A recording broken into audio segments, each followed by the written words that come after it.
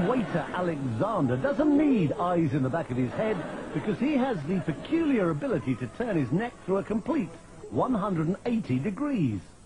Normally the muscles and the vertebrae in the neck prevent that happening, but because of a peculiarity in his spine, Alexander has confounded orthopedic specialists for years.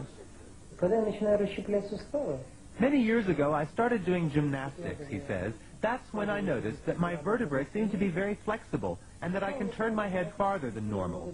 I worked at it little by little, going a little farther each time, and one day I was able to turn my head all the way around.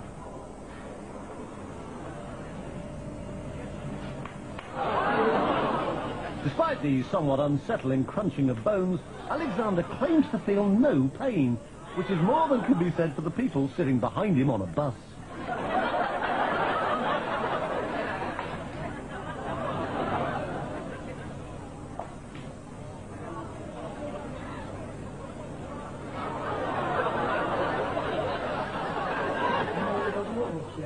When I do it, it takes energy out of my whole body, he says. It requires 100% concentration.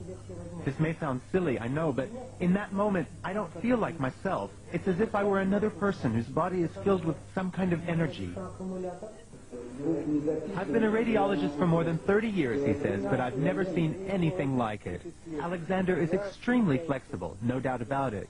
However, I suspect that it's a congenital ability. It's not something anyone could learn or train for. On the contrary, if someone else were to try it, they would surely break their neck. For me, it's absolutely normal and doesn't hurt at all. The fact that he can turn other people's heads as well, although obviously not as far, has encouraged Alexander to take his peculiar skill on a concert tour.